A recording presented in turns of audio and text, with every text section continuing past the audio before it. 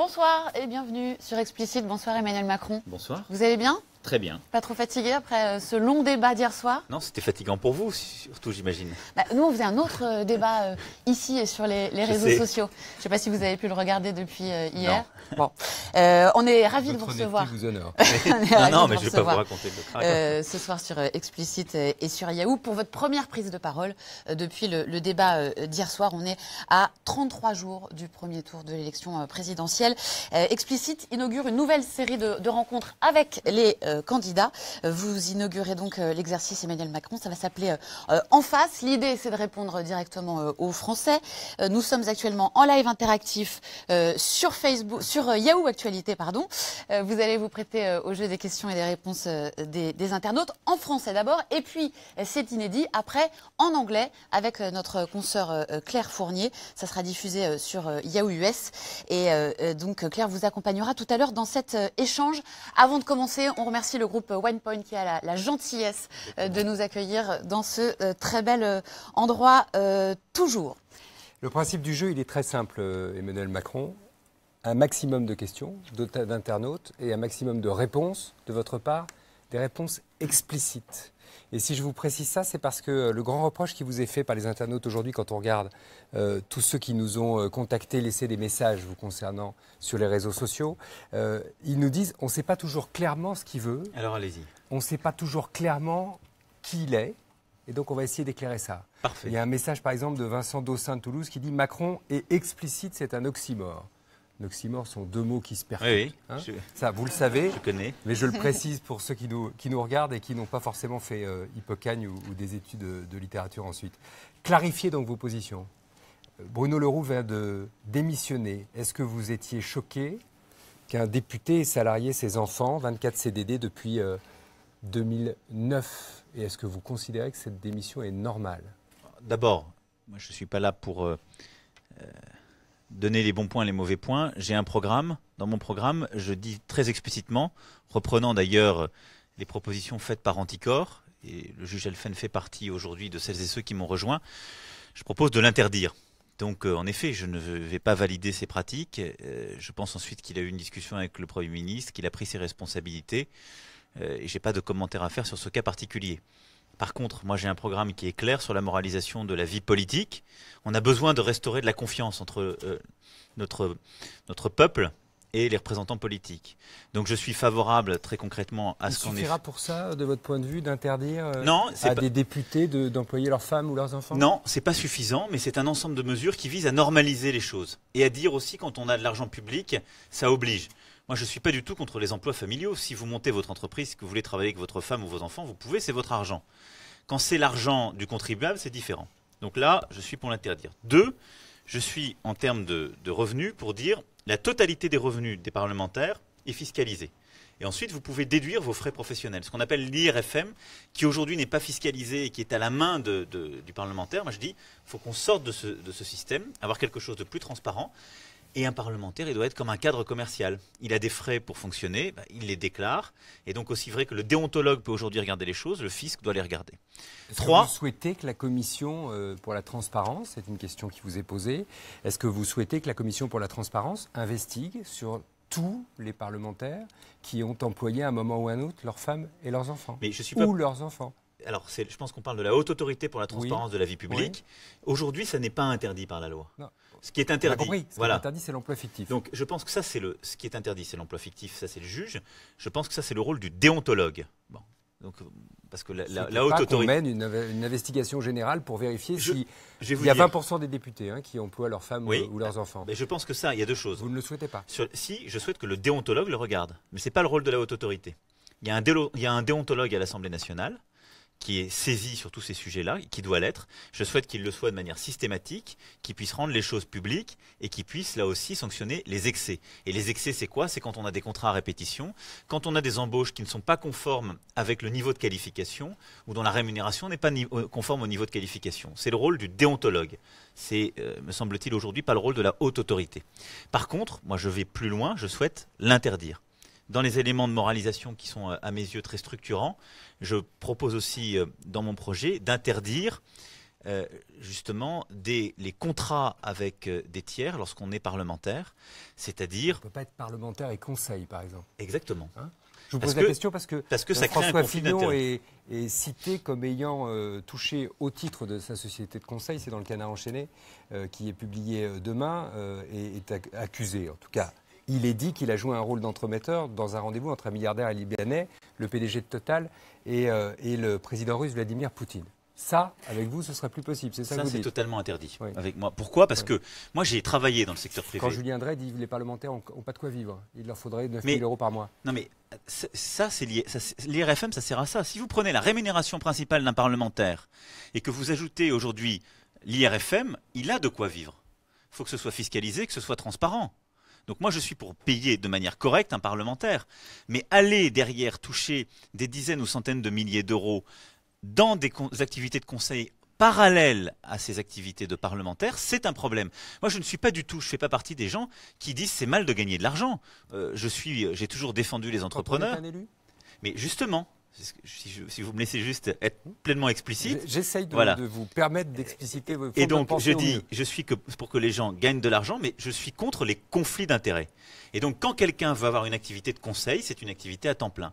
Quand on est un élu de la République et qu'on a en charge de faire la loi de la République, et donc de défendre l'intérêt général, on ne peut pas dépendre d'intérêts privés. Est-ce que les parlementaires sont suffisamment payés, d'après vous ? Si on fait ce que je dis, c'est-à-dire qu'on prend la rémunération principale et qu'on utilise une partie de ce qu'on appelle l'IRFM pour leur rémunération, je pense qu'à ce moment-là, ça permet d'accroître un tout petit peu les choses, on les met dans une situation où ils sont correctement payés. Vous vous rendez compte qu'on parle quand même de 6 000 plus 3 000, 6 000 euros. Oui. Et on est au-dessus des 10 000 euros. Enfin, c'est pour ça que quand on dit correctement payé, il y a beaucoup de gens, vous comprenez là, qui sont en train de réagir en disant mais c'est ahurissant. Mais pardon. C'est pour ça que vous ne m'entendez pas, moi, tenir ce registre. Je pense que là, quand on parle de ces contrats-là, on parle de dizaines ou de centaines de milliers d'euros de rémunération sur un contrat d'entremise. Bon, donc ça, c'est déraisonnable. C'est déraisonnable parce qu'on utilise à ce moment-là... Payer un parlementaire qui, avec ses indemnités, plus ses frais, moi, je pense toucherait l'équivalent de 9 000 euros, ne vous choque pas. Donc voilà. Mais aujourd'hui, voilà, vous n'êtes pas dans la démagogie. Non, je ne suis pas du tout dans la démagogie. Parce que 9 000 euros, c'est pas trop cher pour un parlementaire. C'est Julien Drey qui dit ça. C'est pour ça. Vous validez donc la proposition de Julien Drey. Moi, je vais vous dire pourquoi. Je suis pour réduire d'1/3 le nombre de parlementaires. Parce que je considère qu'aujourd'hui, il y en a trop. Mais pas forcément pour faire des économies, pour aussi qu'ils aient une manière de fonctionner, d'évaluer qui soit plus pertinente. Deuxième chose, je ne suis pas pour payer, pour paupériser les parlementaires. Quand vous comparez d'ailleurs aux autres grands régimes parlementaires, si on était autour de entre 7 et 9 000 euros, on est comparable à des régimes parlementaires européens où ils font un vrai travail. Hein. En Allemagne, on n'est pas loin de ça. On est même à peu près à ça. Vous allez aux États-Unis ou dans des pays anglo-saxons, ils sont payés même davantage encore, avec un staff et une manière de fonctionner. Donc moi, je veux des gens qui soient indépendants, je veux des gens de qualité.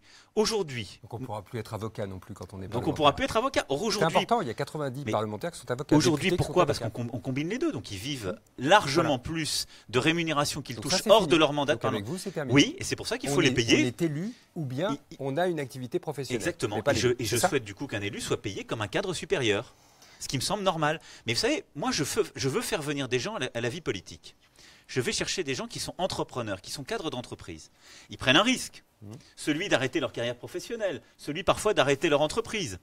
Ils prennent un risque qui, dans 5 ans, va se reposer. Parce que ce n'est pas une rente qu'on prend pour la vie. Il y a l'élection.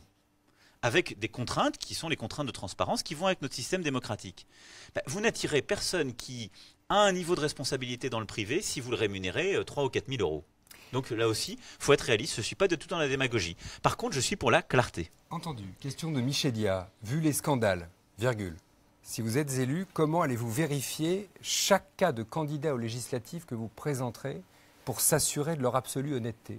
Vous pouvez d'abord jamais vous assurer de l'absolue honnêteté de quelqu'un. Ce qu'on est en train de vivre dans cette campagne. Vous avez vécu dans un gouvernement où un ministre a été nommé qui s'appelait Thomas Thévenoud, dont on s'est aperçu au bout de 3 jours qu'il n'avait pas payé ses impôts. Alors, il y a les ministres, et là vous me parlez pour les parlementaires et les gens qu'on investit. Donc, je vais distinguer très clairement. Là, qui vous interpellent, ce sont les hommes et femmes politiques. Alors, pour les parlementaires, dans les règles, et là, indépendamment de la loi, les règles que j'ai fixées pour mon mouvement, pour En Marche, je présenterai 577 candidats.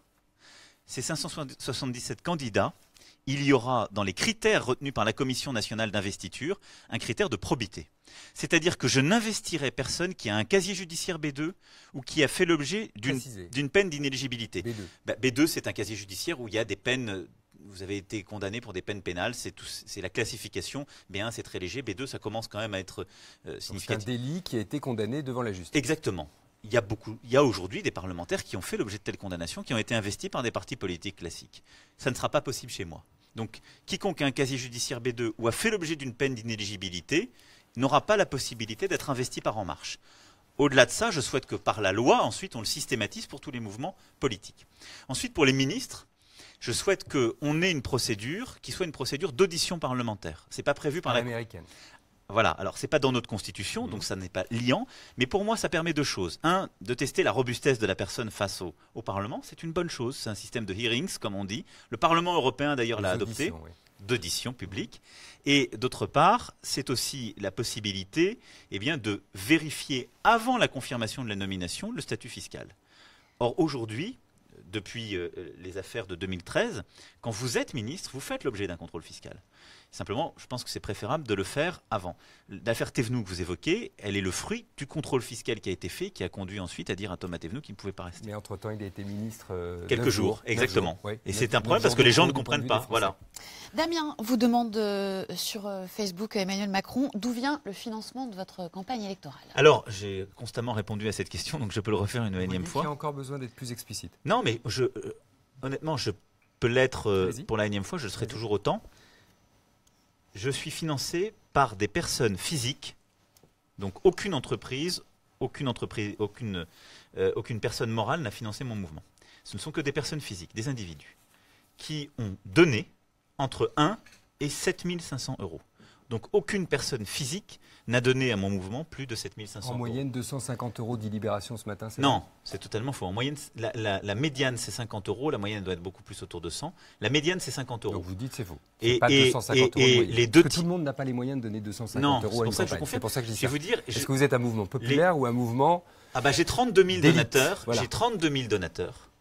Le don médian, il doit être à 50 euros. Et j'ai 2 tiers des dons. Le don médian, ça veut dire que 50% des dons sont en dessous des 50 euros et 50%. Donc il y a plus de 16 000 personnes qui ont donné, 16 000 personnes qui ont donné. Quel est le pourcentage des dons supérieurs à 5 000 euros d'où dit 2%. Escarte fixe 2%. 2%. Voilà. Il y a 2% des gens qui ont donné de plus de 5 000 euros. J'aime beaucoup cela. Ils ont envie que le pays change beaucoup. Parce que c'est pas que personnel. Bon, derrière ça, la question qui est posée, c'est est-ce que vous pouvez donner les noms de ces personnes? Or, aujourd'hui, la loi protège les personnes qui donnent. De la même façon. La vraie question, Emmanuel Macron, n'est pas celle-là, c'est celle que vous posez Benoît Hamon hier soir, sans aller au bout, pour être honnête, de sa question et du soupçon qu'elle emmène. C'est est-ce que ces gens sont susceptibles demain de vous demander des contreparties si vous êtes élu président? Non. D'abord parce que vous dites non, mais on n'en sait rien. Mais moi je vous le dis. D'abord parce que quand vous avez 32 000 donateurs, mais ça vous voyez, c'est là où on passe de la transparence au soupçon généralisé. Parce que dans ces cas-là, moi je peux vous renvoyer. Mais le soupçon il est là, hein, on le lit en ce moment. Avec qui vivez-vous? Quels sont vos amis? Quels sont vos trucs? Dans ces cas-là, c'est terminé. On peut plus faire. C'est impossible de faire de la politique parce qu'on peut avoir des mauvais débats tous et toutes les uns avec les autres. Pourquoi quels sont des députés sont en train de quitter leur poste, quels sont vos liens familiaux? Avec qui êtes-vous liés, etc. Oui. Bon, donc moi je ne veux pas tomber là-dedans. Moi je dis. Je serais dépendant d'intérêts extérieurs si j'étais rémunéré par des personnes morales. Je ne le suis pas. Je serais dépendant si j'avais une part de mon financement qui dépendait de telle ou telle personne. Si j'avais un grand patron, un cadre, dans un laboratoire pharmaceutique ou pétrolier, puisque c'est des questions qui m'ont été posées hier, qui finançait une grande partie de ma campagne. Pierre Berger, Patrick Drahi, sont-ils parmi les financeurs? C'est une question de Shady Sunshine. Alors, je vais vous dire, je ne suis même pas capable de vous le dire pour le premier. Pour le second, je suis sûr du contraire. Parce que contrairement à l'information, exactement, contrairement à l'information, n'a pas financé votre campagne. Non, parce que contrairement à l'information qui est véhiculée par Madame Le Pen de manière répétée sur ma proximité avec Patrick Drahi, sur l'affaire SFR, je n'étais pas ministre quand cette affaire s'est conclue. 2, l'État n'avait aucun moyen de peser dans la vente d'SFR au groupe de Patrick Drahi parce que l'État n'était pas au capital, ça appartenait en totalité à Vivendi. 3, la seule fois où en tant que ministre j'ai eu à connaître des affaires de M. Drahi, c'est pour m'opposer à son rachat du groupe Bouygues. Et je vous renvoie d'ailleurs de mémoire à une qui avait été faite par le JDD à ce moment-là, où je m'étais très clairement opposé et fortement. Donc c'est de la diffamation, c'est ce que j'ai dit hier à Madame Le Pen. Mais derrière, moi je peux vous assurer que je ne suis pas, et ma campagne n'est dépendante de personne, puisque quand on a 32 000 donateurs, on ne dépend pas d'un donateur. J'ai aujourd'hui, si vous voulez, un niveau de financement que je vais compléter pour moitié par un emprunt auprès des banques. Donc moi je prends mon risque en totalité.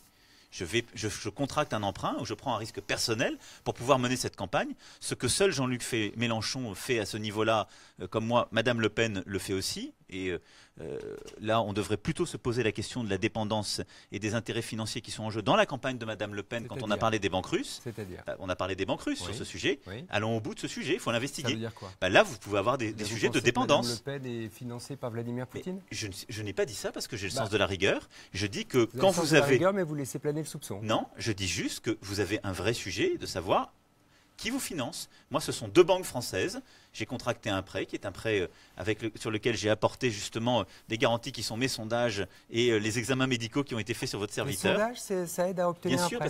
parce que quand vous êtes On est mieux remboursé substantiellement au-dessus de 5%, oui. Vous n'êtes même pas. Une banque ne vous accompagne pas si vous êtes en dessous de 5%. Et de l'autre côté, j'ai ces 32 000 donateurs. Voilà, de manière très concrète. Donc je ne peux pas être plus explicite que ça. Et après, je l'ai dit, j'ai lancé sur d'ailleurs les réseaux cette demande. Certains l'ont fait d'ailleurs, je vous renvoie sur les réseaux sociaux.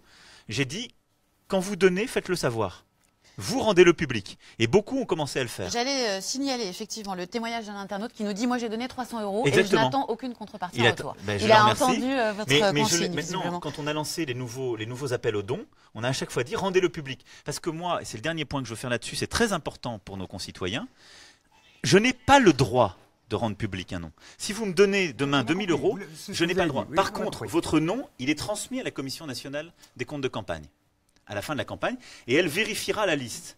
Et donc moi je suis favorable d'ailleurs, je l'ai déjà dit, à ce moment-là, à ce qu'en le demandant explicitement à toutes celles et ceux qui ont fait ces dons, on le rende public. On va passer à la deuxième thématique parce que Questions c'est économiques et sociales, voilà, beaucoup de c'est la questions. thématique qui concentre le plus de questions depuis cet après-midi. Énormément de questions sur l'emploi, sur les retraites et sur la protection sociale en général.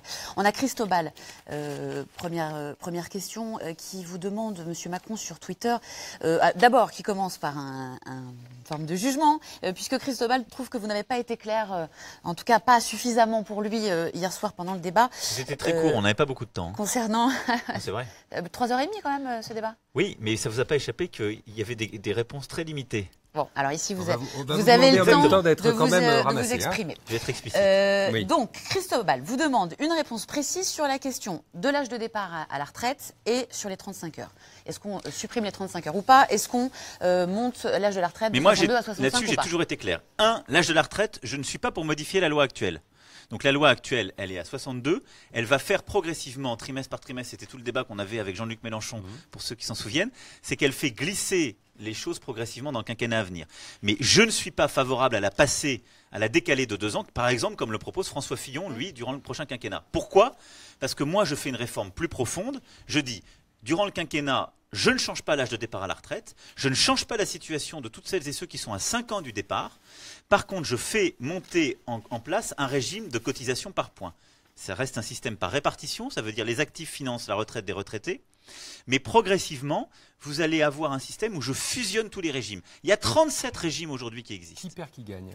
C'est une question qui revient beaucoup. C'est impossible à dire comme ça. Alors, voyez, pardonnez-moi, Non, c'est mais- ça qui est inquiétant. Eh ben non, C'est-à-dire c'est pas... quand vous nous dites on va changer les choses. Je vais vous- Aujourd'hui, il y a des gens qui cotisent. Je vais aller au bout parce que c'est Mais la question qui est posée. Je vais vous dire pourquoi. Il y a des gens qui vous disent. Si vous me très permettez, bien, je vais les vous gens dire du pourquoi... privé- Mais je vais vous laisser. Vous êtes là pour ça. Eh ben parce que Pas pour des- c'est un système qui va mettre 10 ans à monter en charge et parce que c'est un système par répartition. C'est-à-dire que c'est un système qui progressivement va faire disparaître les régimes spéciaux. Donc, les jeunes qui rentrent dans des régimes spéciaux, ils seront perdants par rapport à votre point. C'est-à-dire que quelqu'un qui aujourd'hui rentre dans un régime spécial, il n'aura pas les droits Un acquis qu'il aurait. fonctionnaire aujourd'hui. Un Est-ce qu'il est perdant? Eh bien, je vous renvoie au rapport qui a été fait par l'INSEE il y a quelques semaines, au moment d'ailleurs où j'ai donné mon point, c'est impossible à dire de manière aussi générale, parce qu'un fonctionnaire Pardonnez-moi, les régimes de la fonction publique Non. et les régimes du privé sont extraordinairement divers. Oui, mais Bon. ils sont illisibles et injustes, mais je ne peux pas vous dire aujourd'hui, si je suis précis avec Donc vous nous demandez, en somme, vous demandez aux Si vous me Français laissez finir, de je vais vous voter expliquer pour ce que un je vous demande. candidat qui propose une réforme des retraites dont il ne peut pas dire quel en sera le résultat Si, concret mais dans au 10 cas ans. par cas. Mais au cas par cas.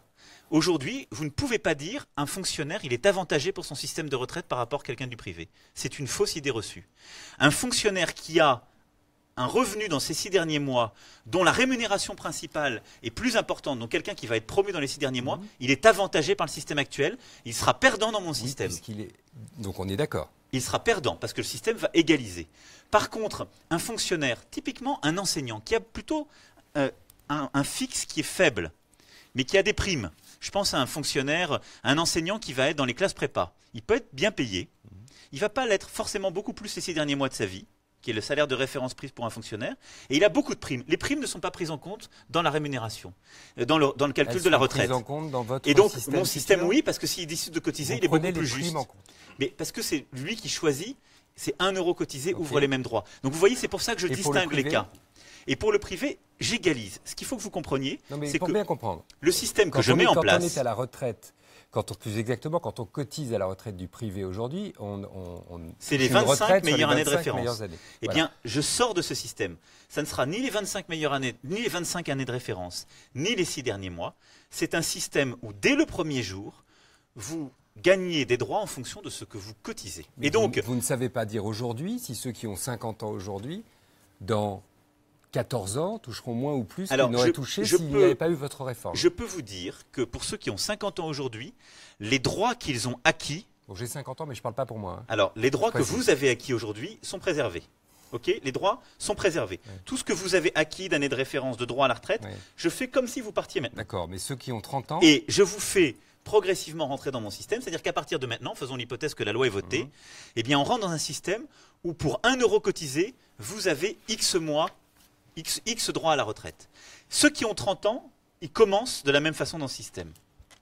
Et donc, c'est un système qui égalise les 37 caisses qu'on a aujourd'hui. Puisque aujourd'hui, mais vous ne savez pas dire si ce sera mieux ou moins bien. Ah bah, je à sais terme. vous dire que, c'est beaucoup mieux parce que le problème de notre système de retraite, C'est mieux sur le principe. c'est que Mais 80% la des réalité jeunes, des Français, c'est de savoir ce qu'ils vont avoir dans leur poche quand ils arriveront à la retraite. 80%. Vous le savez, Mais les bien jeunes sûr. qui nous interpellent là en ce aujourd'hui- moment disent « mais moi, je n'aurai pas de retraite de toute manière Voilà, alors ça c'est aujourd'hui. Dans le système actuel, quand on regarde les choses, 80% des jeunes pensent qu'ils n'auront pas de retraite. Donc moi je vous dis, ce système-là il va vous donner de la visibilité. Pourquoi ? Parce que je le simplifie, je le rends plus transparent, plus équitable. Et donc, je peux vous dire, quel que soit votre secteur, quelle que soit votre trajectoire de carrière, faites l'hypothèse que demain vous changez, vous devenez parlementaire, après-demain vous devenez fonctionnaire. Aujourd'hui, vous ne savez pas calculer votre retraite. C'est vrai. Je vous défie de le calculer. Avec mon système, vous pourrez le calculer à chaque instant. Ce sera transparent, comme l'ont d'ailleurs fait les Scandinaves. » Donc acte. Donc, ça, c'est le premier point. Donc, je recrée de la confiance dans le système. Ensuite, je vous dis, on aura tous les mêmes droits. C'est un système qui est plus juste. Et ensuite, ça évoluera en fonction, justement, des caractéristiques de la population. Parce que le système, sa propriété, c'est qu'il s'équilibrera en permanence. C'est pour ça qu'on n'aura plus des grands débats sur l'âge de départ à la retraite, puisque je pars d'un point acquis, mais pour les jeunes à qui je parle, je vous dis très simplement, vous aurez des droits que vous allez acquérir. Si vous décidez de surcotiser, vous pourrez partir plus tôt. Vous aurez une meilleure retraite. Si vous décidez de cotiser au minimum légal, vous aurez à chaque instant une vraie visibilité. Et l'âge de départ, je ne le bouge pas moi pendant le quinquennat, mais pour les décennies qui viennent, il bougera en fonction de l'évolution de l'espérance de vie de manière Question automatique. de Sur Lily. juste Oui, sur la allez-y. première partie de la question, les 35 heures. Alors, sur On les était 30 hier soir avec Nathalie Arthaud et Jacques Cheminade qui nous disaient il faut partager le travail. Du travail, il y en a de moins en moins, il faut le partager. Donc, il y a un certain nombre de candidats qui prônent encore une réduction de la durée du travail. Sur quelle ligne vous êtes ? Est-ce que vous touchez aux 35 heures Mais ou moi, pas j'ai toujours été sur la même ligne. Le premier jour où j'ai été nommé ministre, j'ai fait une interview dans Le Point. J'ai dit exactement la même chose que ce que je fais aujourd'hui. Contrairement d'ailleurs à certains autres candidats, on parlait de François Fillon, qui lui a gouverné 5 ans, ne les a pas touchés, et aujourd'hui propose de revenir dessus. D'ailleurs, hier, on a vu qu'il avait changé de position, parce qu'il voulait naguère supprimer la référence légale des 35 heures tout de suite en les mettant à 48. Et hier, on a compris que maintenant, il voulait d'abord attendre 1 an et demi pour négocier. Moi, je suis clair, les 35 heures dans la loi, je ne les bouge pas. C'est un combat d'arrière-garde, ça ne sert à rien. Pourquoi ? Il y a des tas de secteurs où ça marche très bien. Vous allez dans l'automobile, une entreprise de taille intermédiaire, une grande entreprise en travail posté, elle fonctionne très bien à 35 heures. Mais personne. Vous ne les réduisez pas non plus. Non, Hein, je ne les réduis pas non Vous allez plus. mettre en place une Je- réduction du temps de je ne travail crois qui est pas- la seule arme efficace. Je ne crois contre pas le chômage. du tout. Vous n'y Quand croyez on a passé les 35 heures, ce qui a été efficace en termes de création d'emplois, c'est les baisses de cotisations qui ont été avec. Et tout le monde, les économistes sérieux, l'ont montré. C'est les baisses de charges qui ont créé des emplois à ce Donc moment-là. ça ne marche pas les 35 heures. Les 35 heures ont eu un effet sur l'emploi grâce aux baisses de charges qui les ont accompagnés. Ce qui n'a pas fonctionné avec les 35 heures, c'est une application Vous l'avez uniforme. dit devant le MEDEF. Hein, Je l'ai dit ça devant le ne marche MEDEF, pas. c'est Donc, une c'est pour ça que application. je vous demande juste de c'est répéter une ce que vous avez dit application devant le MEDEF, parce qu'il uniforme. semble que vous changiez un peu de... Jamais. Bon. Non mais jamais, c'est faux de dire ça. J'ai dit ce qui ne fonctionne pas, c'est cette doxa qui consiste à dire la baisse du temps de travail, c'est une bonne chose. C'est pas vrai pour tout et partout. Et donc, l'erreur des 35 heures, ça a été l'application uniforme par la loi pour tous les secteurs. Et donc, moi, ce que je dis, je laisse les 35 heures dans la loi, mais je donne la liberté aux entreprises et aux branches de déroger à la loi et donc d'avoir un accord majoritaire d'entreprises ou de branches qui permet de fixer justement beaucoup plus souplement du chômage partiel, du temps de travail réduit, plus de temps de travail. Par contre, le laisser dans la loi, ça me permet de faire une chose, qui est d'en faire l'élément déclencheur des heures sup. Parce que moi, je ne veux pas que les gens travaillent plus pour gagner moins. Voilà. Donc là-dessus, vous êtes sarkozyste. Quand on travaille plus, on gagne Si plus. vous voulez, c'est d'ailleurs pour ça que je Donc, reprends son exonération des cotisations. D'accord. Donc je suis très à l'aise avec ça. Ce que suggérait aussi Laurent Wauquiez à un moment à François Parce Fillon, que- ce que parce- François Fillon n'a pas Mais repris. oui, mais je pense que Donc on vous ne saisissez toutes les idées. Mais je suis D'où qu'elles pragmatique. D'accord. Je me fiche de savoir d'où elles viennent. Je regarde quels sont les problèmes de l'économie française. Notre principal problème, c'est qu'on a un manque de souplesse. Donc il ne faut pas imposer à tous les secteurs et tous les types d'entreprises les mêmes dogmes. Ce que n'a pas fait Nicolas Sarkozy quand il était président de la République. Moi, je veux le faire. Donc je veux aller au bout de cette République contractuelle. Je donne la possibilité aux accords majoritaires d'entreprises de déroger, d'avoir beaucoup plus de souplesse. Par contre, je souhaite en effet que le travail paye. C'est pour ça que je baisse les cotisations salariales et c'est pour ça aussi que je remets une suppression des charges sur les heures sup patronales et salariales. Raoul vous demande s'il est vrai que vous envisagez de taxer les assurances vie. Non, c'est faux de le dire comme ça. Je fais une On réforme. peut le dire comme ça. Oui, parce que là aussi on réforme. Alors je vais être très clair. Je propose de faire un prélèvement fiscal unique sur les revenus du capital. Aujourd'hui en France, on a un système qui est très mal fait pour le financement de l'économie. On surtaxe les dividendes, on taxe, la réforme de 2013 a amélioré les choses sur les plus-values mobilières, mais on taxe beaucoup les plus-values mobilières de court terme, et on taxe le PEA au-dessus du plafond de 150 000 euros assez fortement, et on a une assurance vie qui est à 22%. Or cette assurance vie, elle ne permet plus de manière satisfaisante de financer l'économie parce qu'elle va surtout financer ce qu'on appelle les obligations, c'est-à-dire la dette des entreprises ou de l'État, mais pas les fonds propres. Moi, je veux qu'on ait une économie de l'innovation et des compétences, c'est-à-dire qu'on puisse avoir un maximum de notre épargne qui aille vers le financement des fonds propres. C'est pour ça que d'abord, je supprime l'ISF pour celles et ceux qui réinvestissent dans l'économie. C'est cette partie-là que j'assume. La moitié de l'ISF, je le supprime. Je ne touche pas du tout au reste. Donc je n'augmente pas la fiscalité sur l'immobilier, contrairement à ce qu'on dit, mais je supprime l'ISF sur le financement de l'économie. Et puis pour tous les autres revenus du capital, je fais un prélèvement fiscal unique. Je ne touche pas les contrats passés et versements passés et les contrats d'assurance vie en dessous de 150 000 Ce que euros. j'entends, c'est que Macron, c'est pas rétroactif. Exactement. C'est ça? Alors, Pour retenir, deux choses. Pour être explicite. Pour l'assurance vie, pour être explicite, Parce que vous deux mettez en choses. place là, ça ne vaut pas pour ce qui a été signé avant. Deux choses sur l'assurance vie. Donc ça, c'est la philosophie et c'est très important parce que le but de tout ça, c'est de donner de la visibilité, c'est d'attirer des financements et c'est d'inciter les gens à financer l'économie. Pour l'assurance vie, je ne touche à aucun contrat d'assurance vie et versement passé. C'est-à-dire que vous gardez la fiscalité de 22% et vous gardez tous les avantages successoraux. Pour tous les contrats d'assurance vie qui seront ouverts à partir du 1er janvier 2018. Vous gardez tous les avantages successoraux de l'assurance vie. Vous gardez jusqu'à 150 000 euros le prélèvement à 22%. Par contre, quand vous commencez à verser votre contrat d'assurance vie au-dessus de 150 000 euros après le 1er janvier 2018, vous passez dans le prélèvement fiscal unique à 30%. Voilà, on renvoie Voilà. ceux qui n'auraient pas tout à fait compris votre explication du premier coup, évidemment, à la vidéo qui sera en ligne sur le site des Mais c'est comme c'est technique, Quand on mais il se faut être repasse précis. plusieurs fois- oui, Mais là, je ne peux pas être on plus vous demande précis. d'être précis, donc c'est parfait. Il y a des questions de pouvoir d'achat. Oui, et là, Sur des juste questions sur la importantes. fiscalité, parce que c'est aussi, il y a beaucoup Ça fait partie du pouvoir de d'achat. questions Moins de fiscalité, plus de là-dessus. pouvoir d'achat. Valérie, qui a une question sur la taxe d'habitation. Vous souhaitez réformer la taxe d'habitation en exonérant 80% des foyers. Qu'en sera-t-il de la taxe foncière? Et puis il y a Tatiana qui rajoute, et quid des 20% restants? sur la taxe d'habitation. Bon, alors, bah oui. Alors, la taxe foncière, je ne la touche pas. Je vais proposer une modernisation de la fiscalité locale. Mais c'est quelque chose que je lance dès le début du quinquennat dans une conférence des territoires, parce qu'on a des impôts locaux qui sont vieillots, qui sont mal fichus. Et ça, il faut le faire de manière concertée. Donc, je ne vais pas faire de promesses de campagne sur la taxe foncière. Ça fera partie de ce débat. La taxe d'habitation. La taxe d'habitation, pourquoi je l'ai choisie? Parce que c'est l'un des impôts les plus injustes socialement et géographiquement. Socialement, quel que soit votre revenu, les plus pauvres sont exonérés.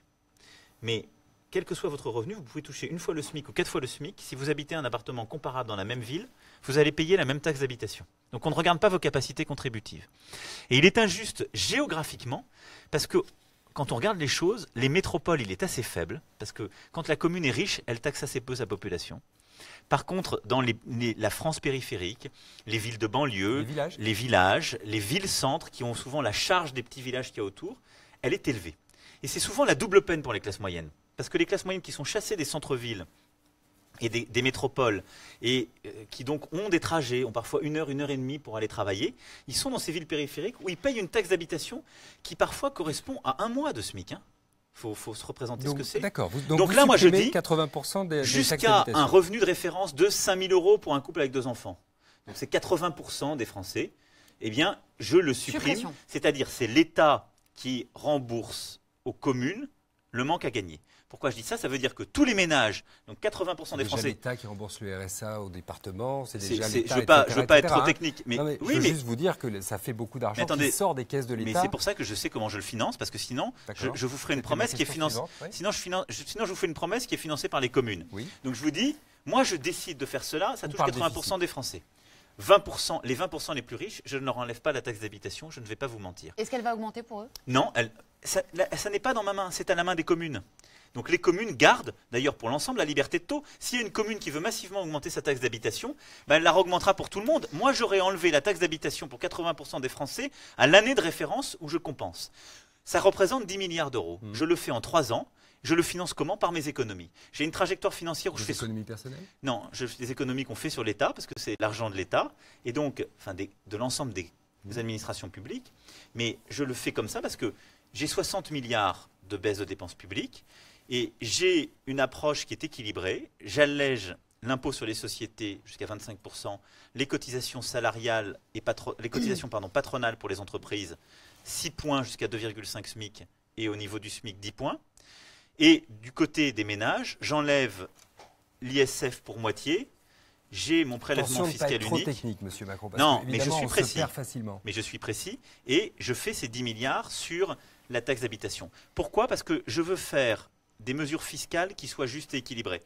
Je fais autant de mesures en faveur des entreprises que des ménages, et je veux avoir une vraie politique en faveur des classes moyennes sur qui repose. Alors j'ai d'autres demandes à vous soumettre. Là où il y a d'autres choix, François Fillon fait 100 milliards d'économies, moi je ne sais pas comment il les fait, mais c'est ce qu'il dit, et derrière, il a 80% de ses allègements fiscaux. Il en fait plus que moi d'allègements fiscaux au total, mais 80% vont vers les entreprises, et sinon, c'est les ménages les plus aisés. Donc la taxe d'habitation, cette suppression de la taxe d'habitation, c'est votre réponse aux classes moyennes. Et, oui. Et Sadia Ward nous dit, qu'allez-vous faire justement pour ces classes moyennes qui payent de plus en plus d'impôts et ne bénéficient d'aucune aide, notamment pas de bourse pour leurs enfants ou pas d'APL? Ça s'arrêtera là ou il y aura des baisses d'impôts avec Emmanuel Macron? Non, il y a deux choses. Il y a la taxe d'habitation, mais qui est un élément très important pour les classes moyennes. Et 2, pour les classes moyennes qui travaillent, il y a un changement en profondeur du financement de notre assurance chômage et donc pas de baisse d'impôts et maladie, qui fera une baisse de cotisation salariale que je transfère vers la CSG. Pas de baisse d'impôts. Ce qui sera une augmentation du pouvoir d'achat, si, parce que ce sera une baisse de charge salariale. Mais pas de baisse d'impôts. Sur la feuille d'impôt, ça ne baissera pas. Mais c'est ma question, elle est toute simple. Oui, mais elle est toute simple parce que si vous regardez exactement ce que vous payez, et surtout vous le verrez avec le prélèvement à la source, vous payez à la fois des impôts et vous payez des cotisations salariales.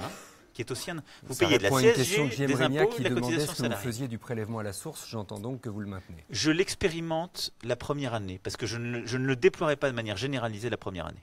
Que faites-vous pour les retraites bloquées depuis 5 ans? Question d'Azad. J'augmente. Depuis avril 2013, c'est-à-dire y compris lorsque Emmanuel Macron était ministre de l'économie et des finances. Oui, j'ai été ministre de l'économie, de l'industrie et du numérique. Je réponds de tout ce que j'ai fait en tant que ministre de l'économie, de l'industrie et du numérique. Je n'étais pas ministre des Finances. Donc je n'avais pas en charge le budget de l'État, les impôts, etc. Juste qu'on soit clair entre nous. Vous étiez le conseiller économique du président de la Mais République. je suis conseiller, mais juste avant un d'être à conseiller. Bercy. Alors, que faites-vous Non, mais comme je si vous découvre êtes aussi élu cette président, nouvelle que grammaire faites-vous de la Ve République. J'entendais encore hier M. Fillon, qui a été 5 ans Premier ministre. À l'écouter, on a plus de place quand on est conseiller auprès du président de la République que Premier ministre. Lui, il a été 5 ans Premier ministre de Nicolas Sarkozy, il ne faut rien lui demander. Moi, j'ai été 2 ans conseiller de François Hollande, je suis responsable de tout. J'entends que vous avez envie de ferrailler avec François Fillon, Non, mais là, mais c'est moi qui je vous vous pose le une dis. question, Mais et oui, en mais je vous le dis l'occurrence, parce que c'est Azad. vous me renvoyez à ça. Donc Oui, je vous oui. dis juste, Azad dit, moi, je suis responsable quand j'étais ministre, mais pas du reste. Qu'allez-vous faire pour les retraites bloquées Donc depuis je 5 ans, et là, on revalorise, parle pas rétroactivement, je revalorise le minimum vieillesse, ça je sais le faire. Sur le reste, aujourd'hui, le système des retraites, je ne le bouge pas. Vous n'y touchez pas. On va poursuivre avec le prochain thème, mais puisqu'il y a beaucoup de questions là-dessus, je voudrais vous demander, Emmanuel Macron, si vous avez le sentiment d'être le candidat des médias. Vous savez qu'on est accusés, nous journalistes, médias en général, régulièrement, et encore là, dans un certain nombre de commentaires, hein, il faut bien le dire. Alors on va y répondre. Est-ce que vous avez l'impression qu'on vous favorise particulièrement dans la presse, à la télévision, écoutez, dans les médias en ligne? Les gens qui voient les unes, etc., peuvent penser ça. Après, quand on lit les articles, on ne le pense plus. Et vous le pensez ou pas? Bah non, parce que moi je lis les articles. Donc, si vous voulez, je pense. Que les journalistes sont pas gentils avec vous. Bah non, mais je leur demande pas d'être gentils. Moi, ça me va très bien. Mais je veux dire, il n'y a pas de complaisance des journalistes à mon endroit. Il n'y en a jamais eu. Je pense qu'il y a un effet, et là-dessus, ça m'est en quelque sorte étranger. Je suis le prétexte de cela. Il y a un effet de nouveauté. La nouveauté fait vendre. Donc, j'ai été beaucoup dans les unes de magazines ou autres. Dont acte, mais c'est pas moi qui les fais, les unes de magazines. Et vous connaissez mieux que moi ce monde-là. Si on les fait, c'est que ça attire du public, c'est que ça permet de faire des ventes, voilà. Mais après, à l'intérieur, j'invite d'ailleurs ceux qui disent ça à voir ce qui est dit, hein, y compris hier soir, je rentrais, vous savez, j'allumais la télévision après le débat, je voyais BFM TV. Ceux qui disent que ça s'appelle BFM Macron comme Madame Le Pen, fallait être assis parce que je me faisais complètement étrier. Donc voilà, mais c'est pas ce que je demande d'ailleurs aux médias, moi ça me va très bien. Vous avez suis pour le conflit coopté par critique. une grande partie de la classe politique, financière et dirigeante, dit Xavier Maud. Et c'est quoi déjà Comment osez-vous vous présenter comme le candidat du peuple? Mais d'abord, moi j'utilise... au nom du peuple, c'est Marine Le Pen, hein, c'est pas moi. Donc il y a une erreur là chez ce monsieur ou cette personne. Xavier Maud. Chez Xavier, là il faut revoir ses classiques, c'est Madame Le Pen. C'est le château de Montretout et toute la bande. Hein. Coopté par Donc une c'est grande eux. partie de la classe politique, Au nom du financière et peuple, c'est le château de On Montretout. voit que François Hollande est obligé de retenir ses ministres en ce moment pour qu'ils ne vous ralient pas trop vite. Ensuite, moi j'ai pas été coopté, il y a un malentendu, j'ai pris mes risques. J'ai pas été coopté. Moi, j'ai décidé de diviser mon salaire par 15 pour devenir conseiller du président de la République en 2012. Chiche, allez-y, hein, faites-le. C'était combien? J'ai divisé mon salaire par... C'était combien? Je gagnais... Votre salaire de conseiller? Mon salaire de conseiller, c'était 13 000 euros par mois. Voilà. Je pense que ça ne fera, pleurer personne. Non, voilà. Mais je ne demande pas à faire pleurer. D'ailleurs, je peux vous dis citer juste, un certain nombre non, mais moi je suis pas dans la commentaires démago. pas très aimables là qui sont en train de tomber. Ça m'est totalement égal. Vous savez quoi? Mais totalement égal. Je cherche pas les commentaires. Là, moi je ne suis pas dans la dérive populiste française. Je dis juste qu'il ne faut pas non plus m'expliquer la vie. Si j'aimais l'argent et que j'étais le candidat du monde financier, je serais resté dans le monde financier où je gagnais bien mieux ma vie. Ensuite, j'ai été à l'Élysée. J'ai conseillé, j'ai été d'accord et pas d'accord. Ça vous met en colère, ça? Mais oui, parce que ça, c'est de la diffamation. Parce que ça, si vous voulez... de la diffamation, non, mais c'est ce qui met... Parce que j'ai eu 200 fois ce débat. C'est ce qui fait qu'aujourd'hui, j'ai du mal à attirer des talents, moi, dans la vie politique. Parce que les gens disent qu'est-ce que je vais m'emmerder pour faire ce truc-là. On se fait insulter à longueur de journée. Les mêmes médias, si vous voulez, des journaux de référence aujourd'hui continuent encore à parler de moi en disant le banquier. C'est quand même incroyable. Vous avez dit que vous aviez du mal à attirer des talents dans la vie politique. Mais bien sûr, c'est bien très de dire ça. Mais oui, parce que on a l'impression que vous enregistrez un ralliement tous les jours encore. Mais non, mais Barbara des nouveaux Pompili, talents. aujourd'hui. Vient de la vie politique. Mais exactement, parce que moi, Ah, je l'ai dit. Des personnalités de la société Mais civile. moi, je présenterai au moins la moitié de nouveaux candidats aux législatives. Donc, il faut faire venir des talents de la société civile. Mais je vais au bout de mon argumentaire. Ouais, moi, après, quand j'étais à l'Élysée, j'ai décidé de partir. Si j'étais coopté par le monde politico-médiatico-financier, mais j'aurais eu, comme l'ont fait nombre de mes prédécesseurs, une charge. Regardez la liste des secrétaires généraux adjoints quittant l'Élysée. On devient normalement patron d'une grande banque, on va à la tête d'un établissement public. Compte de ce que vous dites, on devient normalement patron d'une grande Mais banque. bien sûr, c'est ce qu'ils ont tous fait. Le système, en vérité. Mais c'est ça que j'ai dénoncé. Mais vous êtes en train de dire ce que je dis. Donc moi, j'ai refusé ce système. Vous n'êtes pas du système. Mais moi, je suis sorti, j'ai démissionné. Je suis reparti, je lançais une entreprise et j'allais donner des cours. Donc, je n'ai rien demandé, justement. Parce que cela ne va plus, parce que, justement, je ne crois plus à cela. Et moi-même, d'ailleurs, je n'ai pas nommé mes conseillers. Vous voyez, quand j'ai quitté Bercy, je n'ai pas demandé qu'on place les gens. Parce qu'il faut prendre son risque dans la vie. Et ensuite, on m'a rappelé pour être ministre. de l'économie de l'industrie numérique. Je n'ai pas demandé, je n'ai pas fait la queue dans une antichambre. Et là, vous avez dit, puisque j'y suis, j'irai jusqu'au bout. Et ce qui vous amène à j'ai être candidat à la présidentielle. j'ai accepté cette charge avec une condition qui était de réformer. Je me suis battu, vous m'avez vu me battre. Et on vous a empêché. Du François premier Hollande, jour. Manuel Valls vous ont empêché. Non, j'ai pu faire des choses. J'ai fait une première loi. C'est que vous avez été empêché. Mais Emmanuel après, on m'a dit on ne va pas plus loin quand j'ai voulu faire un Donc deuxième vous êtes texte. parti. Donc je me On suis. vous a empêché de faire votre saison 2 d'une certaine manière. On m'a empêché Vous avez d'aller fait plus la loin. saison Moi, 1, j'étais et là la pour saison bouger. 2, vous la faites maintenant. Oui, enfin, je pense que c'est sérieux, c'est la vie du pays, ce dont on parle. Oui, c'est Et sérieux, donc, ce que je dis. moi, c'est un combat sincère que j'ai mené. Et dans ce contexte-là, j'ai pas été coopté. J'accepterai jamais ce terme. Les cooptés, ils étaient autour de la table hier avec moi. Hein. C'est des gens qui sont dans le système politique depuis plus de 30 ans, qui sont montés, qui sont des apparatchiks, qui ont vécu des partis, qui ont vécu de mandats. Moi, j'ai pas été coopté par ce système. Vous étiez le secrétaire général de la commission Attali en J'ai- 2007. Mais attendez, mais ça, c'est mon parcours. Bien sûr, je ne le critique pas. Mais d'accord. Je vous le Mais rappelle. je vous dis juste que moi, j'ai pas pris mon ticket dans un parti. Et donc, j'ai de leçons à recevoir de personne. Ok. C'est pas ce monde-là qui m'a fait. C'est aussi parce qu'en avril 2016, je décide de créer un mouvement politique. Parce qu'en avril 2016, il n'y en a pas beaucoup qui me suivent à l'époque. Et on construit quelque chose. Et on arrive à convaincre des gens de s'engager sur le terrain, de donner, de dépasser les clivages. Aujourd'hui, il y a plus de 230 000 membres. C'est pas de la cooptation, c'est de la conviction. Encore Donc, une question de... Je n'ai pas de gage à donner à ce système. Encore une question de Xavier qui vous demande si vous avez déjà vécu avec 1 000 euros par mois. J'ai vécu quand j'étais à un moment donné adolescent avec environ 1 000 euros par mois, oui. Quand j'ai quitté ma famille pour venir à Paris, dans des moments qui peuvent arriver dans la vie, où Pas j'étais soutenu par votre famille à l'époque. voilà, ça a duré 2 ans parce que c'était des choix personnels et intimes sur lesquels je reviendrai pas. Pour J'ai rejoindre donné, votre épouse à l'époque Votre actuelle épouse voilà, c'était des choix qui étaient hautes. Ouais. J'ai à ce moment-là vécu en donnant des cours particuliers pendant 2 ans, donc je sais ce que c'est, oui. Et alors? Ben, je sais ce que c'est que boucler une fin de mois difficile. Je sais ce que c'est qu'en effet, devoir chercher. Et encore, j'étais favorisé. J'étais à ce moment-là en classe prépa. Je pouvais donner des cours particuliers. Je pouvais faire des points. Donc je sais ce que c'est que des étudiants qui doivent se faire le McDo pour pouvoir vivre de leurs études, etc. Oui. On est toujours sur la thématique de votre personnalité pour permettre aux internautes de mieux vous connaître. On a Bossol qui vous demande quel est votre référent en termes de culture politique. On a compris aujourd'hui avec la disparition d'Henri Emmanuelli que pour Benoît Hamon, c'était justement Henri Emmanuelli, très probablement. Et vous? Je pense que Pierre Mendès France est une figure qui, pour moi, a beaucoup compté. On a des vrais désaccords. Il était beaucoup moins européen que je ne le suis.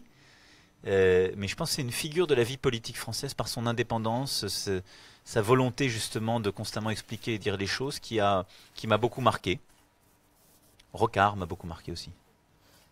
Donc ceux qui ne sont pas parvenus à réformer au bout du compte, qui voulaient changer les choses, Je pense qu'ils changer ont la beaucoup gauche réformé, et ils n'ont qui ne sont pas jamais parvenus réussi à réformer. présider. Mais Vous l'avez dit. mais Alors. vous savez, on peut conjurer des malédictions. Alors, Mais en même temps, et surtout pour le cas de Michel Rocard, c'est quelqu'un qui n'avait jamais accepté de sortir des règles du jeu des partis. Et il a toujours préféré rester minoritaire dans un parti qui ne l'acceptait pas que de prendre son risque Vous et de le dites à défier. Manuel Valls aujourd'hui, par exemple? Je le dis à personne. Je dis Vous simplement. pourriez. Non, je vous le Il dis à a pas vous, l'air ça me décidé à suffit. quitter le Parti socialiste. Je vous le dis à Vous vous. parlez jamais avec Manuel Je Valls? vous le dis à vous, ça me suffit. Non. Claudine. C'est un nom ferme cette fois. Claudine Net. se dit Mais intéressée quel non ou quel oui n'ont pas été fermes depuis le début de notre discussion? Claudine se dit intéressée, Monsieur Macron, par votre futur gouvernement et votre future majorité, je rajouterai éventuelle quand même. Comment espérez-vous, vous demande-t-elle, faire travailler ensemble des personnes venues de si différents courants? D'abord, un gouvernement, il doit reposer sur une complémentarité. Donc je l'ai dit, j'aurai un gouvernement ramassé, je suis une quinzaine de membres, paritaire, avec un nombre de personnes non négligeables qui viendront de la société civile et des personnes qui viendront du champ politique et qui sont différents mais qui sont en train de se C'est retrouver. ceux-là que vous avez du mal à recruter, par exemple? Lesquels? Vous disiez tout à l'heure, j'ai du mal à faire venir en politique un certain nombre de gens. Je ne suis pas en train de constituer mon gouvernement, vous savez, je ne suis pas Vous à n'y ce pensez niveau. pas? Non mais j'y pense intimement, mais je n'en parle jamais. Pardon, c'est dans... Oui, Si vous êtes élu, ça va venir très très vite. hein. mais je suis d'accord, c'est pour ça que j'y pense Donc intimement. D'accord. Mais vous savez, Donc en vous rasant le matin. le pouvoir a sa grammaire et la démocratie a ses règles. Ça veut dire quoi? Ça veut dire qu'il faut faire les choses dans le bon ordre et que la démocratie, elle a ses On règles. peut ne pas parler de son gouvernement et pour autant être en train de le constituer. Non, parce que si vous êtes en train de le pensez que constituer, c'est que vous parlez à des gens. Donc vous pensez que Donc vous Mais pouvez en le revanche, vous avez constituer pris in contact petto. avec des gens de la société civile, par exemple, en leur disant Non. rejoins-moi. Non, j'ai pris contact avec des gens de la société civile pour s'engager dans une campagne présidentielle, ce qui n'est pas avoir une fonction ministérielle. Et, Ça peut le éventuellement, devenir. ça peut, Vous avez auprès de vous des gens qui pourraient devenir ministres demain. ça peut. Et alors, du coup, Et je vous reprends avez également des gens à qui je demande de s'engager pour être candidat aux législatives. Ça, c'est autre chose. Et c'est cela à qui je faisais référence. Et donc, voilà pour le visage de ce gouvernement. Pour ce qui est de la majorité législative, comme du gouvernement d'ailleurs, il y a une grande cohérence. Il y a beaucoup de gens qui viennent d'horizons très lointains et polaires parfois qui apportent leur soutien. Je le dis souvent, c'est leur soutien personnel, c'est leur vote. Et je ne vais pas constituer un gouvernement où il y aura Robert Rue et Alain Madelin. Et d'ailleurs, ils ne le demandent pas. Ils disent qu'ils soutiennent. Je m'en félicite puisque je souhaite le soutien de 51% des Français. Par contre, j'aurai une majorité constituée pour moitié de femmes et d'hommes qui viennent de la société civile et qui sont du renouvellement, et d'autres de femmes et d'hommes qui viennent de familles politiques cohérentes. Ce que j'ai dès le début nommé comme étant les progressistes. Les sociodémocrates, les radicaux de gauche, les écologistes raisonnables, les centristes et le centre-droit, la droite, le gaullisme social et la droite sociale libérale européenne. On avait une question tout à l'heure au moment où on parlait des questions de morale politique. Quelqu'un nous demandait si la transparence ne méritait-elle pas de faire connaître à l'avance le nom du Premier ministre et des ministres régaliens. C'est vrai que c'est une question qui revient souvent dans les campagnes présidentielles, mais jamais les candidats n'acceptent de dévoiler. D'aucuns se sont engagés à le faire. Est-ce que vous excluez, tiens, question, est-ce que vous excluez que Jean-Yves Le Drian, par exemple, puisse être votre ministre de la Défense? On dit qu'il pourrait vous rejoindre. Je n'exclus rien. Vous n'excluez rien. En revanche, vous avez exclu Ségolène Royal. Alors pourquoi exclure Ségolène Royal et ne pas exclure Jean-Yves Le Drian? J'ai été clair sur une question posée. Ségolène Royal elle-même l'a dit, elle est candidate à des fonctions vous avez dit internationales. Elle ne sera pas ministre dans le gouvernement. Oui, parce que je l'ai dit. Pas seulement parce qu'elle est candidate ailleurs. Je Vous pouvez lui non, dire mais j'ai besoin de toi. Beaucoup, de vous. Mais j'ai du respect. Moi, j'ai du respect, de l'amitié pour Ségolène Royal, mais je l'ai dit. Je veux porter une offre d'alternance profonde et donc de renouvellement. Je pense qu'il y a un cas qui est très particulier avec Jean-Yves Le Drian. C'est d'abord qu'on est sur une fonction régalienne extrêmement sensible puisque la France est en guerre à l'international et l'élément de continuité se considère. Je ne suis pas en train de vous dire que c'est fait, mais il se considère. Et la deuxième chose, c'est que Jean-Yves Le Drian est aussi dans une démarche politique en Bretagne qui est très spécifique et extrêmement cohérente avec ce que nous conduisons. On parlait des législatives à l'instant. Fred nous demande sur Facebook si vous pouvez publier la liste des candidats en marche aux législatives avant l'élection présidentielle. Je n'exclus pas d'avoir une première vague d'investiture avant. Ça veut dire vous essayez, mais vous n'êtes pas sûr de réussir. Si, je les ai. Après, bon, voilà. C'est mieux d'être explicite. Non, mais donc, je suis explicite. Vous les avez, parce vous pouvez. Je peux. Aujourd'hui, la Commission nationale d'investiture a examiné des dossiers sur les 577 circonscriptions. J'ai des candidats crédibles sur ces circonscriptions. Je suis en situation de le faire. Candidats. Maintenant, ma priorité, c'est la présidentielle et cette dynamique. Et donc, je déciderai si je veux avoir une première vague d'investiture et donc valider, si je demande à la Commission de valider complètement ces investitures avant, pour partie, le premier tour. Des questions un peu générales qui nous parviennent. Quand je dis un peu général, pardon, c'est hors du cadre de ce que nous avons vu depuis le début, mais qui présente un intérêt certain et qui, en tout cas, occupe l'esprit des internautes qui se manifestent. Marie là-bas, votre désintérêt pour l'écologie m'effraie. Comment pensez-vous convaincre les Français que le nucléaire est une énergie propre et une énergie d'avenir? Mais d'abord, je n'ai pas de désintérêt pour l'écologie. Je vous renvoie à mon livre Révolution. Il y a un chapitre entier sur l'écologie. Vous avez parlé des écologistes raisonnables à l'instant. Mais ça n'est pas avoir du désintérêt que ne pas suivre toutes les lubies. Je ne fais pas... La sortie du nucléaire, c'est une lubie. La sortie totale du nucléaire dans le quinquennat ou dans les 10 ans, oui, je vous le confirme. Et à 50 ans si vous savez me dire à 50 ans le visage de la France, je vous envie. Oui, je sais, en tout cas, moi, fixer des objectifs. Donc aujourd'hui, on ne sort pas du nucléaire. Non, on réduit la dépendance au nucléaire. Oui, en 30 ans, à environ 50%. À horizon 2025. 2025. Donc on verra ce que l'ASN dit début 2018. Mais c'est des sujets sérieux, extraordinairement compliqués. Oui. Aujourd'hui, vous répondez à Marie. Hein, mais je réponds à Marie. Non, mais je dis à Marie, donc c'est pas du désintérêt, c'est de l'esprit de responsabilité. 1, je ne veux pas rester à 75% de nucléaire. 2, ça prend du temps et ça se pilote avec l'autorité de sûreté nucléaire. 3, qu'est-ce que je veux faire concrètement? je veux maintenir une part de nucléaire parce que c'est la façon aujourd'hui que nous avons, on a justement une base installée, de produire l'électricité la plus décarbonée. Par contre, je veux faire monter le renouvelable. Et donc, c'est pour ça que j'ai d'ailleurs dans ma trajectoire un plan d'investissement de 50 milliards, dont une part non négligeable est sur le développement des énergies renouvelables. Donc, je suis pour avoir une stratégie qui nous met en conformité avec nos engagements européens, c'est-à-dire passer à 32% de renouvelables à horizon 2030. Ce qui veut dire des capacités de renouvelables bien supérieures à ce que nous avons et des appels d'offres sur le quinquennat à venir conséquents. J'ai pris l'engagement de passer tous ces appels d'offres dès la première année du quinquennat pour donner de la visibilité. 2, au-delà du développement des renouvelables, je veux qu'on ait justement une transformation de notre économie. C'est pour ça que j'ai un plan d'investissement d'avenir agricole de 5 milliards pour permettre, entre autres, la modernisation des exploitations agricoles et la transformation des exploitations agricoles vers une agriculture plus respectueuse de l'environnement. C'est le souhait des exploitants agricoles. Il faut les accompagner et les aider à le faire. Ensuite, il faut réduire les émissions. Je vais au bout du bout sur l'environnement. Il faut réduire les émissions et le problème du diesel. C'est pour ça que dans ma trajectoire, je rapproche sur les 5 ans, et je supprime l'écart qui existe entre la fiscalité du diesel et de l'essence. Vous n'interdisez pas le diesel non, comme d'autres le pourquoi proposent. Mais ça, de la même façon. Parce qu'il tue des milliers de personnes par an. Mais c'est pour ça que parce je veux que supprimer. Vous êtes lié au lobby automobile. Enfin, vous voyez ce que je veux dire. Oui, à chaque fois, il y a les mais deux là, axes. vous voyez, là, on peut se flageller. Je ne suis pas lié au lobby automobile. Si j'étais lié au lobby automobile, je ne vous proposerais pas de supprimer la totalité de l'avantage fiscal sur le diesel. Par contre, je suis lié au sort de millions de Françaises et de Français qui sont des classes populaires, des classes moyennes, qui doivent prendre leur voiture le matin pour venir bosser et qui roulent avec les vieux diesels. Voyez ? Parce qu'on ne peut pas avoir pendant des décennies encouragé des Français à acheter, c'est ce que dit Marine Le Pen. à acheter du diesel. Oui, sauf qu'elle ne propose rien. Elle dit, moi, je ne touche pas à ça. Moi, vous pouvez me dire, c'est un entre-deux, je l'assume.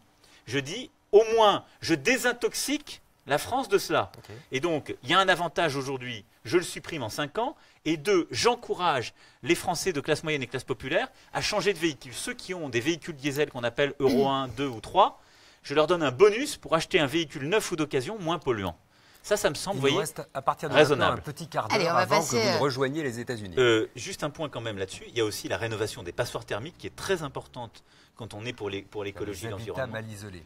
Et donc là, je propose d'en rénover 1 million. On va passer aux questions de société, de santé et d'éducation. Mais d'abord, Sacha vous demande qui est votre figure littéraire préférée? L'auteur ou la figure? Alors ça, il faudrait demander à Sacha de préciser sa question. Sacha peut préciser. Alors, je peux dire... Sacha parle d'une figure littéraire. L'auteur, c'est sans doute René Char. Et la figure, si c'est un personnage, je dirais Julien Sorel. Ça, c'est intéressant comme choix. C'était aussi un des personnages préférés de Nicolas Sarkozy. Peut-on espérer une interdiction Comparaison n'est point raison. Non, je livre juste cette information. Voilà. Peut-on espérer une interdiction des perturbateurs endocriniens si vous êtes élu? Émeric Emerel pose cette question. Oui. Alors, moi, je souhaite qu'on puisse aller vers une interdiction. On a beaucoup travaillé avec mes équipes sur ce sujet, parce que quand on met un interdit, il faut pouvoir le faire totalement. Aujourd'hui, les spécialistes en santé disent que c'est très dur de garantir la totalité de la suppression de tous les perturbateurs endocriniens, compte tenu même de leur diffusion. Donc moi, je veux une trajectoire à horizon 10 ans de quasi-interdiction totale. Et pendant ce temps, on a des atteintes cérébrales potentielles. Attendez, avec les perturbateurs endocriniens. C'est pas un interrupteur qu'on ferme. Donc moi, je souhaite m'engager dans cette voie de manière très volontariste. Sur le diesel, comme sur les perturbateurs endocriniens, vous oui, n'êtes pas un homme de rupture. C'est ça que vous êtes en train de dire. Moi, je ne m'arrête pas du jour au lendemain. Non, je suis un homme de vraie révolution. Les révolutions, je sais le temps que ça prend. Parce que les ruptures promises du jour au lendemain, c'est des annonces d'estrade. Mais qui interdira le diesel? Je veux dire, quand on est maire de Paris, on peut interdire le diesel. Parce que tous les franciliens, du coup, ne viennent pas en voiture et ils ont le droit de prendre le RER. Mais quand vous êtes président du pays ou présidente, vous ne pouvez pas l'interdire. C'est pas vrai. Ça ne marche pas. Vous n'allez pas interdire des millions de Françaises et de Français de se déplacer. Donc on se fait plaisir à dire ça. Puis on constatera, on l'a fait 10 fois. Moi, je veux dire, je l'ai vécu, ministre conseiller. Ça fait très plaisir. C'est des propos d'estrade. Et puis après, on se retrouve en année 3 ou 4. On dit, bon, on est dans la panade. Là, on va devoir décaler l'objectif. Je crois que là vous parlez de vécu. Hein. Mais oui. Mais donc c'est pour ça que je ne fais pas de proposition irréaliste. Sur la santé, beaucoup de questions sur l'hôpital public. Quel est votre projet sur l'hôpital public? Beaucoup de gens qui nous parlent de leur vécu au quotidien et de leurs difficultés de travailler au sein des hôpitaux. Des questions aussi sur vos propositions pour lutter contre les déserts médicaux. Et puis je vais en rajouter une troisième, le tiers payant généralisé. Est-ce que vous le maintenez ou pas? On va commencer par celle-là. Tiers payant généralisable. C'est-à-dire, je suis favorable au tiers payant, je ne suis pas pour l'imposer aux médecins qui ne veulent pas le faire. D'une manière générale, vous n'êtes pas pour imposer. Vous dites la même chose sur le rythme scolaire. Si Oui. vous voulez en sortir, vous sortez. Oui, Finalement, exactement. c'est très libéral, au Oui. sens sociétal du terme Oui. que vous proposez. Pas Vous êtes d'accord avec sociétal, cette parce que si définition? faites attention parce que, D'accord, voilà, au sens de la société. au sens politique. Très du bien, terme. au sens politique du terme, de la vie de la cité. Donc comment on lutte contre les déserts médicaux? Ça veut dire qu'on n'impose pas aux médecins d'aller s'installer dans des Non. campagnes, Non, dans des ça marche zones, pas. Ni l'idée d'imposer, ni l'idée d'avoir un examen régionalisé. Pourquoi? Quand on est médecin, c'est un choix de vie. Moi, je suis d'une famille de médecins, je peux vous dire. Je connais très bien la manière de raisonner des médecins. Un médecin, c'est quelqu'un qui est attaché à sa liberté, qui a l'esprit de responsabilité, c'est un choix de vie. Il s'installe d'ailleurs avec sa famille, il est là-bas, on ne va pas imposer à quelqu'un qui vient de Saint-Étienne d'aller au fin fond de la Lozère en l'obligeant en fonction de ses études. C'est pas vrai. Comment on lutte alors contre Donc les on déserts lutte médicaux? en ayant une politique justement beaucoup plus qui correspond à la transformation. Quel est notre problème? On a imposé pendant des années le numerus clausus, donc on a réduit le nombre de médecins. Premier point. Alors qu'on n'a pas réduit les maladies, on pensait qu'en réduisant l'offre, on réduirait la demande. Mais non, les gens sont toujours aussi malades et la population vieillit, il y a des maladies chroniques, donc il y a un besoin. Deux, c'est une profession qui s'est féminisée. Et en se féminisant, Excellente chose. c'est une excellente chose, mais les comportements du coup changent. Et vous avez beaucoup plus de femmes qui arrêtent leur carrière. Aujourd'hui, vous formez en moyenne 40% de médecins qui vont arrêter tôt ou tard dans leur carrière de pratiquer. Donc numerus clausus plus ça, vous voyez bien que vous avez un gap terrible. Troisième chose, la nouvelle génération, elle veut plus pratiquer de la même façon. C'est-à-dire le médecin de campagne, puisqu'on a 30% des Donc les départements. médecins décident de notre santé de demain. Mais oui et non, collectivement, parce qu'on aurait pu ouvrir le numerus clausus plus La tôt. sécurité sociale, les remboursements, vous Oui. avez des armes politiques entre les mains. Non, De discussion, de mais négociation. je suis en train de vous dire que vous ne pouvez pas contraindre des individus qui ont fait 10 ans d'études à être dans un kolkhoz. Ça, c'est une vue de l'esprit là aussi. J'ai parlé de kolkhoz. Non, mais vous me dites, vous preniez l'excès contraire. Je ne suis pas en train de vous dire qu'il n'y a rien à faire. Je suis en train de Il y vous a des dire. incitations, il y a des bonus, il y a Voilà, des malus. l'incitation, Ça c'est pas la contrainte. La question qui m'était posée, c'est la contrainte. Mais pour aller au bout de ma description, parce qu'il faut comprendre ça, sinon on ne comprend pas ce qu'il faut faire, c'est que les médecins aujourd'hui ne veulent plus travailler comme hier. Ils veulent plus être tout seuls. Le médecin de campagne, c'était 8h minuit tous les jours, pas de week-end. Ils veulent aujourd'hui avoir des repos, etc. Donc, ce qu'il faut faire, c'est avoir un système où on organise mieux sur le terrain l'offre de soins. Il faut décloisonner l'hôpital et la médecine de ville, et il faut développer les structures qui aident de manière simple, décentralisée, les professionnels de santé à s'organiser. Qu'est-ce que ça veut dire? Les maisons pluridisciplinaires de santé, j'y suis favorable. Il faut en simplifier les règles d'installation, en simplifier les modalités, donner la possibilité, elle commence déjà à le faire, il y a une accélération ces dernières années là-dessus, de donner des bonus pour inciter les médecins à venir s'installer. Moi, je veux doubler ces installations, ça fait partie là aussi de mon plan d'investissement, conduire les communes à avoir plutôt un élément d'incitation, mais laisser sur le terrain une plus grande liberté d'organisation. L'autorité régionale de santé doit être un élément de facilitation et permettre justement de faciliter l'implantation de nouveaux professionnels avec des systèmes de bourse, d'incitation, avec l'utilisation des plateaux techniques des hôpitaux de proximité qui sont progressivement fermés. Il faut les réhabiliter pour les convertir en maisons justement de santé pluridisciplinaires. Ça, c'est le premier point. Et là, si on arrive à doubler les maisons de santé, avoir une vraie politique en la matière, je peux vous dire qu'on règle une bonne partie du sujet des déserts médicaux. La deuxième chose sur l'hôpital, puisque c'est la contrepartie. Et sur la souffrance des personnels qui est exprimée. Mais la souffrance, là. elle est liée à quoi? Elle est liée au fait que l'hôpital a eu à vivre, on en parlait tout à l'heure avec vous, sur les 35 heures, a eu à vivre les conséquences des 35 heures. Les 35 heures, ce n'était pas fait pour l'hôpital. Ça a été une profonde désorganisation. Ça, plus une régulation budgétaire un peu aveugle, et ce qu'on appelle la tarification à l'activité, qui sont les modalités aujourd'hui d'organisation de l'hôpital, ça a fait qu'on a un système qui ne rémunère pas bien certaines missions de l'hôpital, en particulier les missions d'intérêt général, et qui conduit justement à avoir des hôpitaux en souffrance. Vous avez des hôpitaux de province qui n'arrivent plus à avoir suffisamment de praticiens hospitaliers, plus suffisamment de personnel, et qui du coup dépensent encore plus parce qu'ils font appel à des vacataires qui leur coûtent 1 500 euros par Le jour. désert médical à Mayotte nous signale un internaute qui s'appelle, alors pardon, j'ai perdu le, voilà, David, qui s'appelle David et qui nous dit qu'est-ce qu'on fait, on n'a plus de spécialistes. Alors ça, c'est le problème qu'il y a dans beaucoup de départements ultramarins. Je serai à Mayotte dimanche prochain, Vous pourrez répondre directement à David. donc je pourrai prendre des engagements d'ailleurs au-delà d'une réponse. Je l'ai fait aussi quand j'ai été en Guyane, qui a exactement le même problème. Hein. Le manque de spécialistes, c'est au Ça final... ne vaut pas que pour la Guyane et Mayotte, hein, Non, ça non, vaut, ça vaut pour l'ensemble de la France. Je parlais de Nevers, Bien je peux sûr, vous dire, mais- il y a des plateaux techniques qui ne peuvent pas fonctionner, ils doivent D'accord, envoyer ouais, les je gens vous sur montre. Dijon. Et donc derrière, ce qu'il faut comprendre, c'est que quand on dit ça, c'est aussi un élément d'économie.